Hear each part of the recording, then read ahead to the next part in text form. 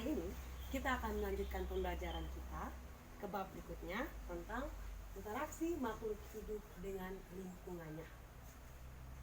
Khusus untuk hari ini, kita akan belajar tentang ekosistem.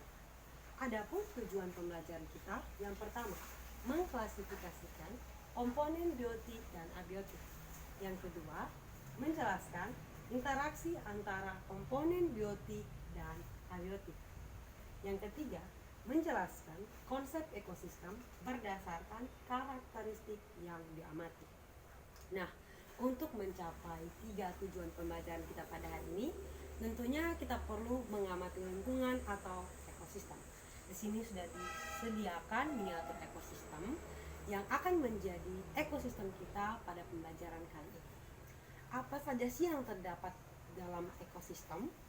Dalam ekosistem terdapat matahari, burung, pegunungan, pepohonan, ada rusa, ada jerapah, ada ikan, katak, rumput, bebatuan, dan cacing. Nah, ini semua merupakan komponen-komponen yang terdapat dalam ekosistem. Komponen-komponen dalam ekosistem ini dikelompokkan menjadi 2 kelompok besar, yaitu komponen abiotik dan komponen biotik. Komponen abiotik merupakan kelompok komponen yang tak hidup, contohnya matahari, air, dan bebatuan. Yang kedua, komponen biotik. Nah, komponen biotik ini terdiri dari kelompok komponen yang hidup, contohnya pepohonan, hewan, cacing.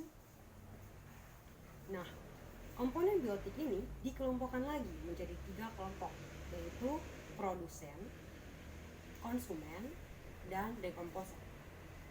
Produsen di sini dia berperan sebagai penghasil bahan organik dari bahan anorganik. Contohnya yaitu pepohonan.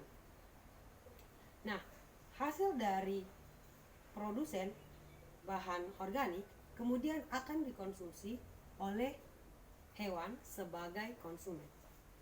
Dan dekomposer di sini yaitu cacing, dia berperan untuk menguraikan sisa-sisa dari bahan organik. Nah, komponen-komponen dalam ekosistem ini tentu saja memiliki perannya masing-masing. Seperti apa perannya dalam ekosistem?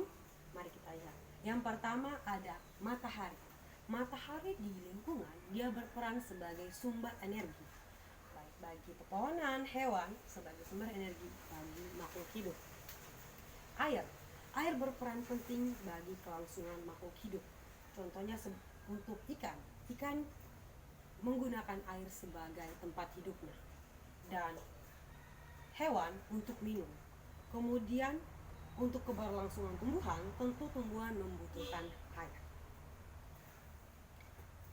Nah, peran-peran dari setiap komponen-komponen ekosistem ini tentu berfungsi untuk menjalin suatu interaksi atau hubungan antara komponen yang satu dengan komponen yang lain agar tetap terjalinnya kehidupan dalam lingkungan.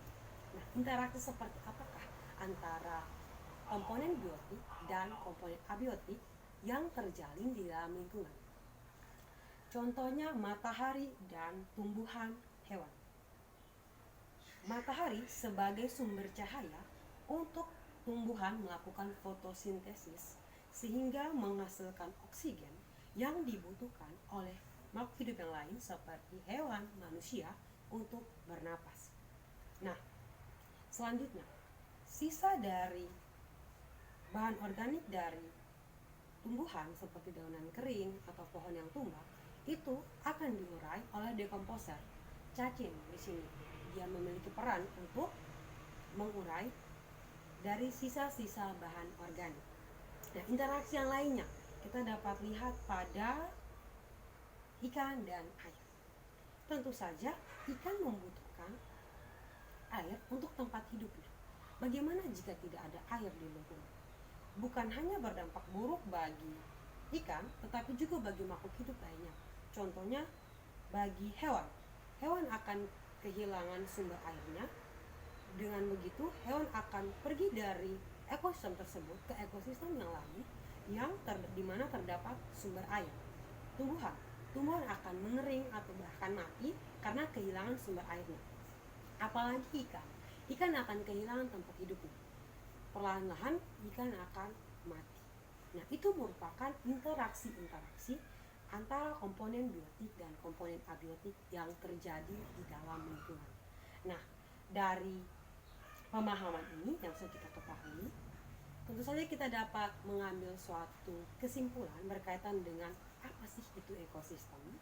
Nah, dari sini kita dapat menyimpulkan bahwa pengertian ekosistem itu adalah suatu interaksi atau suatu hubungan timbal balik antara makhluk hidup dengan lingkungannya. Nah, kita sudah tahu bahwa setiap komponen lingkungan itu memiliki perannya masing-masing.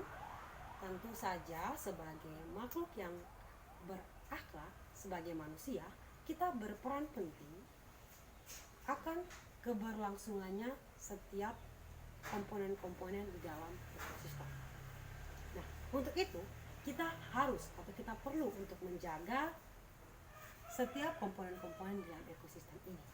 Buang sampah pada tempatnya sehingga komponen-komponen ekosistem seperti air tidak tercemar sehingga mengganggu kehidupan dari komponen-komponen yang lain. Nah, itu saja pembelajaran kita pada hari ini. Semoga kita semua bisa mengerti dari proses pembelajaran ini. Tujuan-tujuan kita sudah tercapai karena kita sudah mengetahui komponen biotik dan komponen abiotik, interaksi antara komponen abiotik dan komponen biotik, dan pengertian dari ekosistem berdasarkan apa yang sudah kita jelaskan. Itu saja pembelajaran kita pada hari ini. Minggu depan akan kita lanjutkan dengan pelajaran pencemaran lingkungan. Terima kasih. Selamat siang.